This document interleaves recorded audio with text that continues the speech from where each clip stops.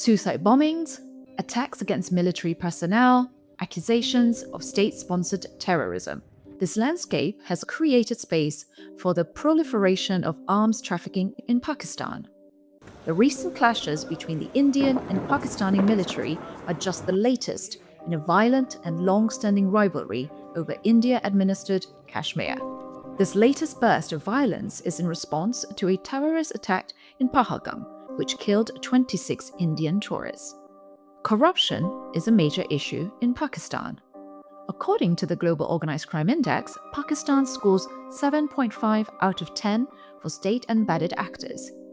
The current ongoing crisis and economic uncertainty allows organized crime to flourish, driving domestic markets like heroin, fueled by a rise in addiction.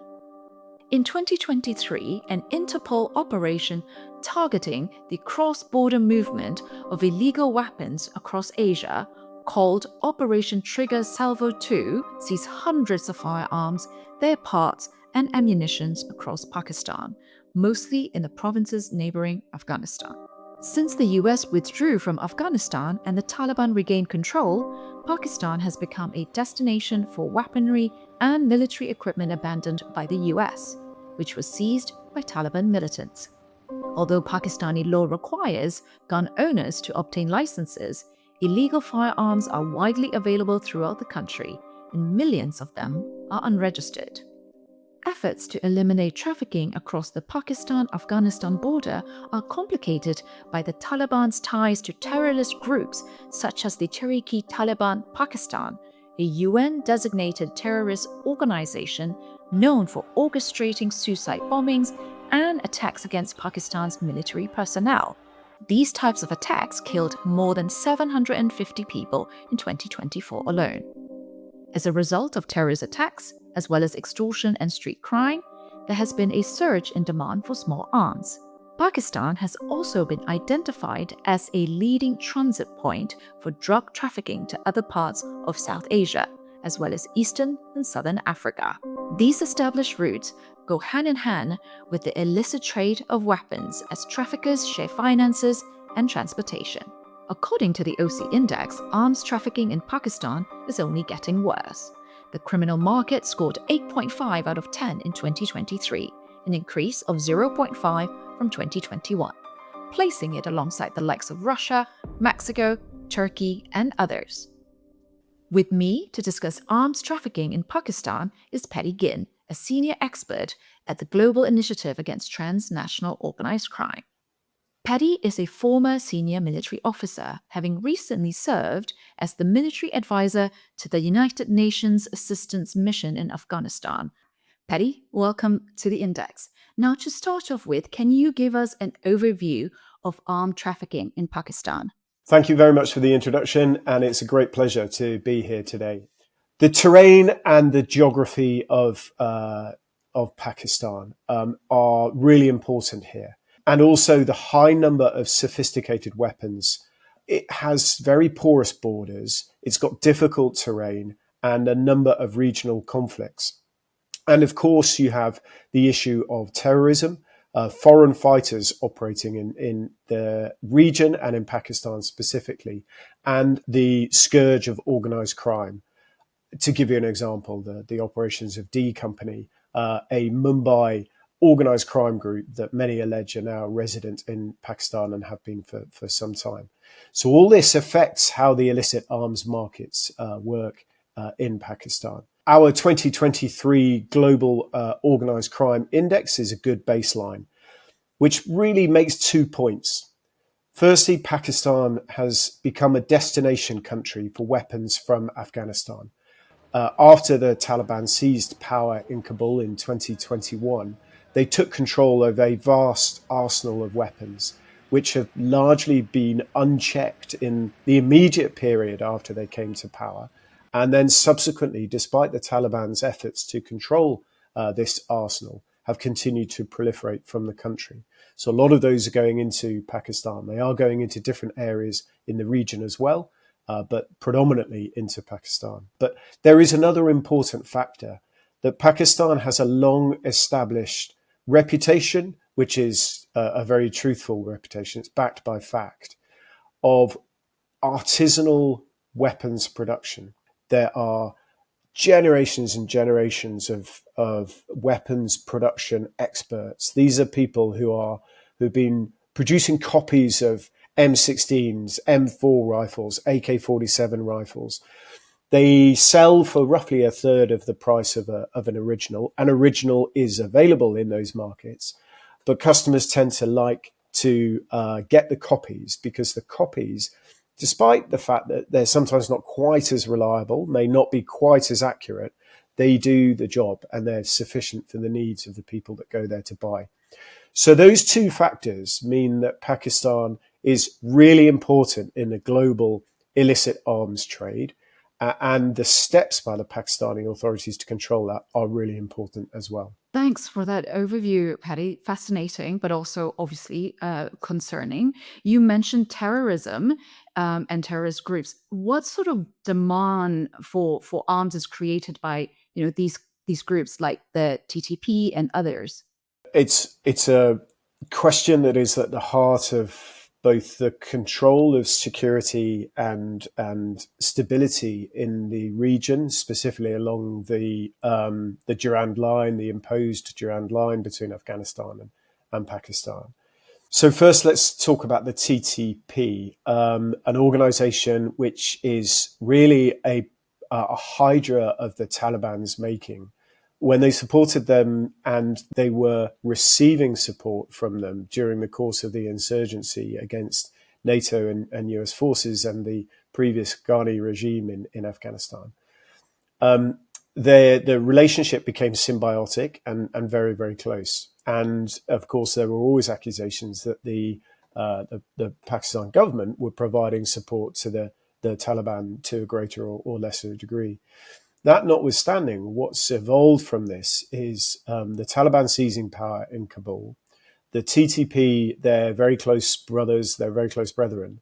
And in some cases, I mean that literally, family ties, harbored in Afghanistan, crossing the border into Pakistan and conducting attacks in Pakistan as the Pakistan TTP, or the Tehrik-e-Taliban Pakistan. But the question for this particular conversation, I think, is about where they're getting their weapons from and how the illicit arms markets are affecting their ability to operate.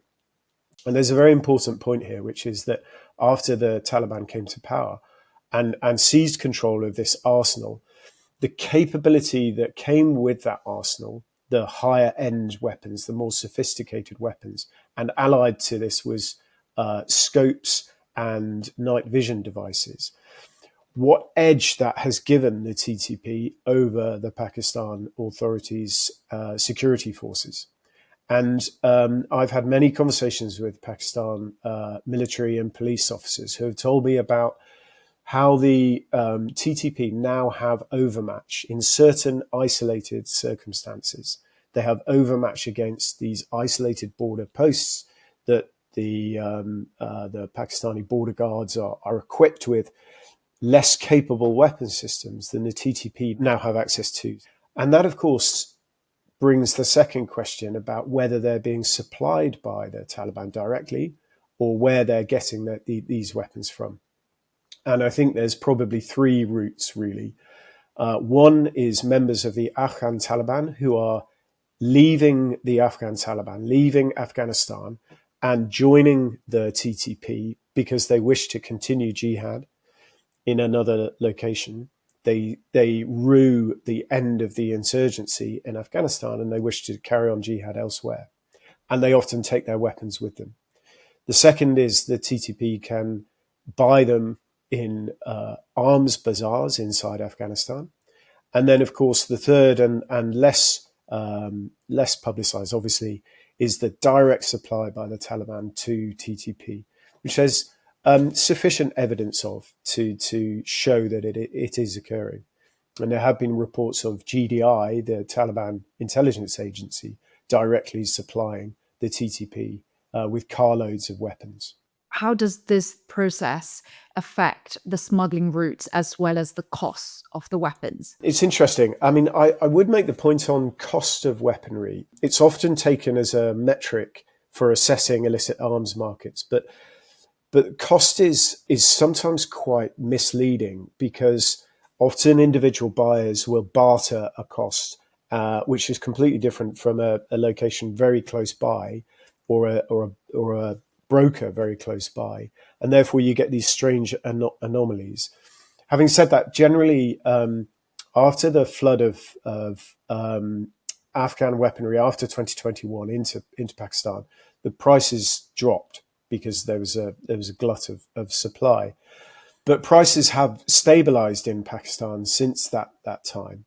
And there is another interesting anomaly to observe, and that is that sometimes just prior to large-scale TTP operations, you can see changes in prices in the markets, which could give a sort of an indicator or a trigger warning of the potential for large operations.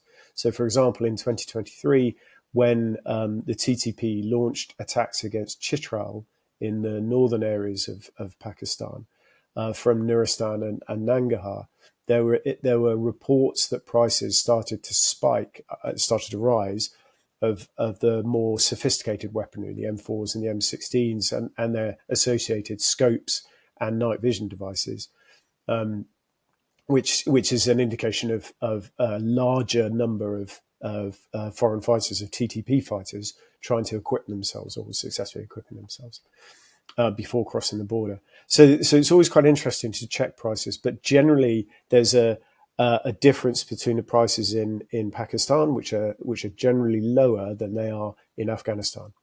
And that could be an indication of the Taliban's efforts to control the market inside Afghanistan.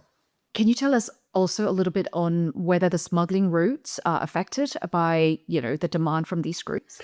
Yeah, so I'm not sure that the routes have been most affected by demand from the groups, or actually by Pakistan's efforts to control the border. Now, Pakistan has erected a fence along the whole of the border, and it has put a lot of effort into border control mechanisms, extra policing, extra border officers, extra checkpoints. And it has, and in some cases, these extra checkpoints have led to clashes along the border line, as they're put into places where tribal geographic control has been abused, depending on which side you look at it from.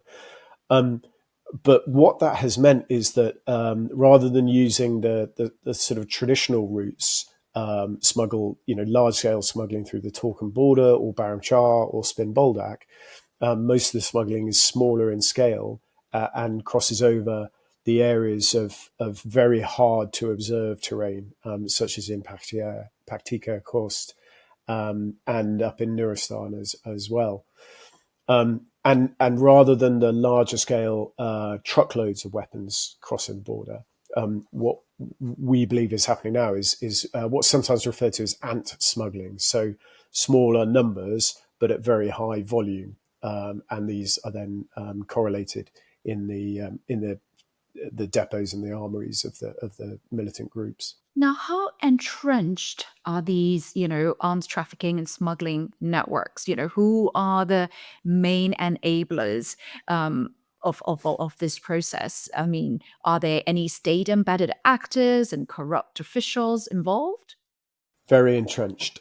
And our latest research indicates that there are some very high level figures in the Taliban regime who are still implicated in directly supporting illicit arms trafficking, smuggling the weapons themselves directly through their brokers. And forgive me, I won't mention any names for obvious reasons, but there are some really, really high level members of the both Kabul cabinet and the inner circle of Emir Haibatullah allegedly involved in these practices. But sometimes the high level ones that grab all the attention aren't the real problem. What our research in the southwest of the country and along the border of Pakistan has shown us is that it's the mid-level and low-level Taliban commanders or Taliban officials who are complicit, turn a blind eye, or are directly involved in the trafficking, that are the biggest problem. And sometimes they're doing this without the knowledge of Kabul or Kandahar. They're just continuing going, trying to make a fast buck in a way that they kind of always have. And during the insurgency, the aim was to get weapons into the country. Now the aim is to get weapons out of the country to support the Taliban, their TTP brethren, or to make money trafficking arms further south. And let's not forget the three potential routes for arms going out of the region as a whole: across the land border, so there's trafficking into Iran; across the sea border, so Afghanistan markets access to Gwadar ports and Karachi, and then this ant trafficking mechanism, small numbers going elsewhere through mail, postal services, and sometimes through air routes. So it's a really complicated endeavor, and we think that our research has shown that there is varying degrees of sort of state complicity. We don't think that there's direct knowledge of the trafficking or direct involvement of the trafficking by the highest levels of the Taliban regime, but certainly within the circles of the cabinet and within the circles of the emir's inner circle, we feel that there's direct involvement. Just to add more to that complexity, we also know that there are links between the sort of like the illicit arms trafficking and the heroin market, right? Could you explain a bit in terms of to what extent one sort of helped to sustain the other? I picture it as a DNA helix. They're so intertwined that you can't extract the one from the other, because the weapons provide protection, they provide intimidation of rival gangs and rival groups by those involved in trafficking. And if you go to a drugs market, you will see arms nearby. So weapons can serve a purpose for the organized crime groups or the militant groups that are conducting drug trafficking, or they can be moved as a commodity in their own right. And so in this way, there's this very close relationship between the two types of markets. And what we see is weapons being trafficked as a commodity to fuel an insurgency or to arm a terrorist group, for example. That's one thing.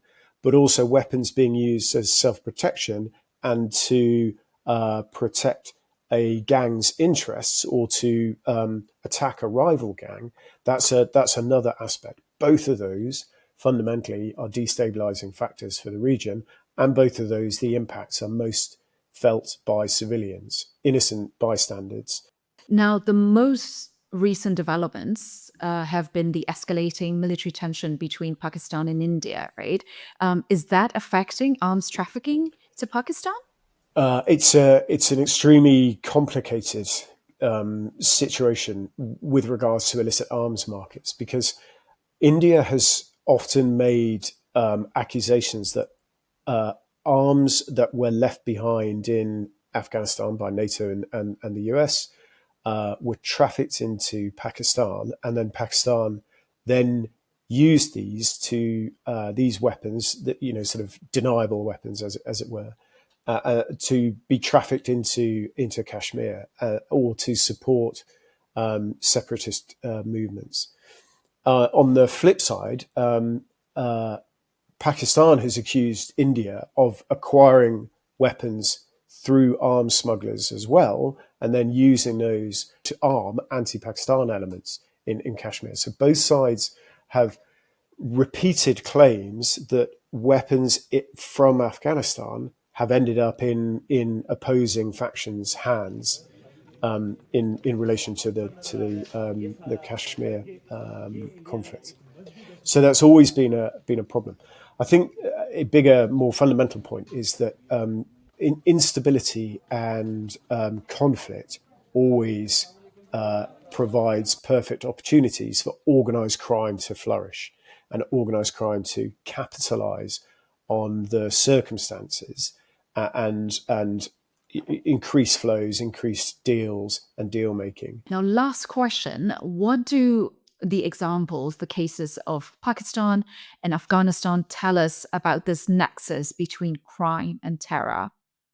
I think there is really strong evidence from the region that it serves as a case point for how dangerous, destabilizing, but also complicated the nexus is between organized crime and terrorism. A very, very simple case in point is, or to try to make it simple, the relationship between the Baluchistan Liberation Army, the TTP, all of the sub-factions of the TTP that have been corralled together by the TTP over the past year or so, as they've absorbed all the smaller groupings who are conducting attacks against Pakistan.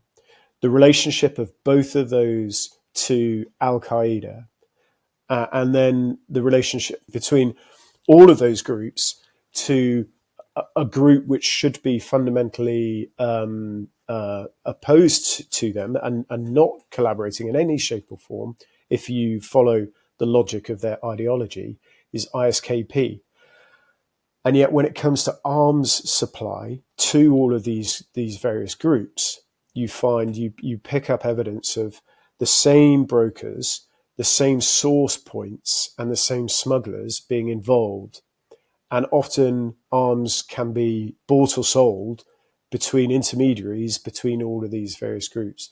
So it's a classic example of how a market, an illicit market, almost trumps the ideology of terrorism, but it also in the same way supports the terrorism.